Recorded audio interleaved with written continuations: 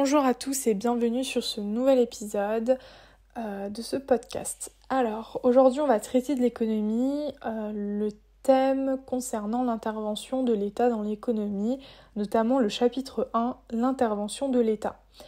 Alors, avant toute chose, il faut savoir que l'État remplit plusieurs fonctions.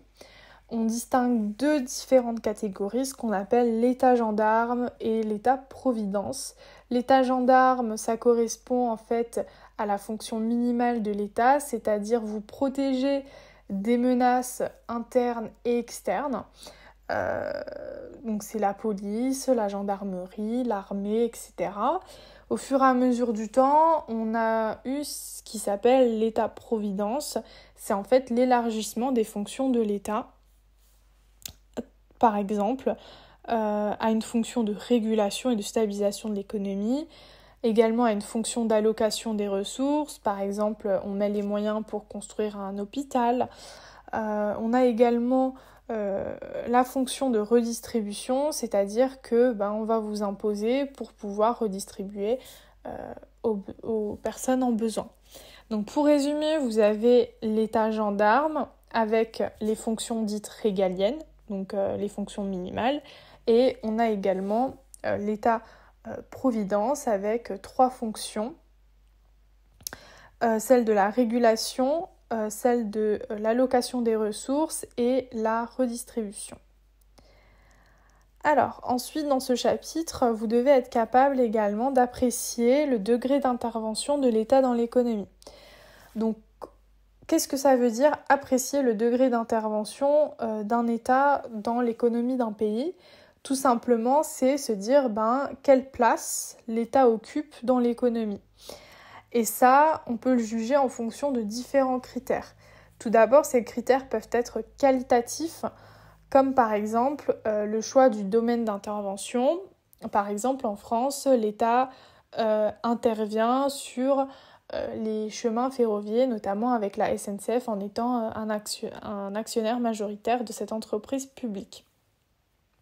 Mais on a également les critères quantitatifs comme l'importance des prélèvements obligatoires et le volume des dépenses publiques. Par exemple, à quel point l'État va investir, par exemple va construire des hôpitaux, des routes, etc.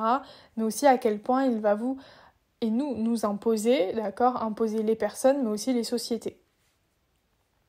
Donc pour résumer, pour juger et apprécier le degré d'intervention dans l'État, ça se fait selon des critères qualitatifs, en fonction des domaines d'intervention, et ça peut se faire également en fonction de critères quantitatifs, en fonction du taux d'imposition.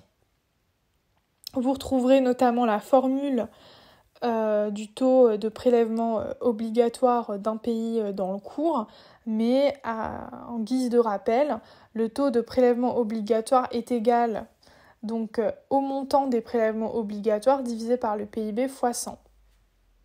Formule que vous retrouvez dans le cours, notamment dans la synthèse. Alors, grand 3, comprendre le budget de l'État. Donc, un budget, c'est pas uniquement l'argent qu'on a, mais c'est aussi les dépenses qu'on prévoit de faire, puisque notre budget, c'est nos recettes et nos dépenses. Alors, de quoi sont constituées les recettes d'un État ? C'est tout simplement les prélèvements obligatoires, qu'ils soient au niveau des sociétés, mais aussi des personnes. Donc, c'est tout simplement les impôts que l'État va empocher, si on peut appeler ça comme ça. Ça va constituer des recettes. Ces recettes vont être ensuite réinvesties, réutilisées pour des dépenses qu'on appelle les dépenses publiques. Alors, en temps général, malheureusement, les recettes de l'État ne couvrent pas ses dépenses. Un État, en général, dépense beaucoup plus que ce qu'il va recevoir en termes de prélèvements obligatoires. Et donc, c'est là qui va apparaître ce qu'on appelle le déficit public. Le déficit public, c'est une situation dans laquelle l'État n'arrive plus en fait à couvrir ses dépenses, qu'elle ne génère pas assez de recettes. C'est comme dans une entreprise, quand on ne génère pas assez d'argent, on n'arrive pas à couvrir les dépenses de l'entreprise. Pour un État, c'est pareil. L'État va également tenir un bilan comptable avec documents comptables. Et pour assurer justement une certaine stabilité financière et ne pas s'engouffrer dans des déficits répétitifs. Mais malheureusement, en général, c'est ce qui se passe, c'est qu'on a des déficits qui sont répétitifs d'année en année. Ce déficit, pour le couvrir, l'État va en général aller emprunter dans d'autres pays voisins. D'accord ? Admettons, on va prendre l'exemple de la France qui va s'endetter par exemple auprès de l'Allemagne ou de l'Angleterre. Et elle va faire ce qu'on appelle une dette publique. Donc, dans un premier temps, ce qui apparaît, c'est le déficit. Mes recettes ne couvrent pas mes dépenses. Et ensuite, pour couvrir ces déficits, l'État va devoir emprunter et c'est là que sa dette va apparaître. Donc, en gros, la dette publique, c'est l'accumulation des déficits de l'État plus les intérêts, puisqu'elle n'emprunte pas gratuitement, elle va devoir rembourser ce qu'elle a emprunté, mais aussi avec des intérêts, d'accord ? Parce que personne ne va vous prêter de l'argent gratuitement. Alors, c'était tout pour ce premier chapitre. On se retrouve dans un autre podcast pour le chapitre 2.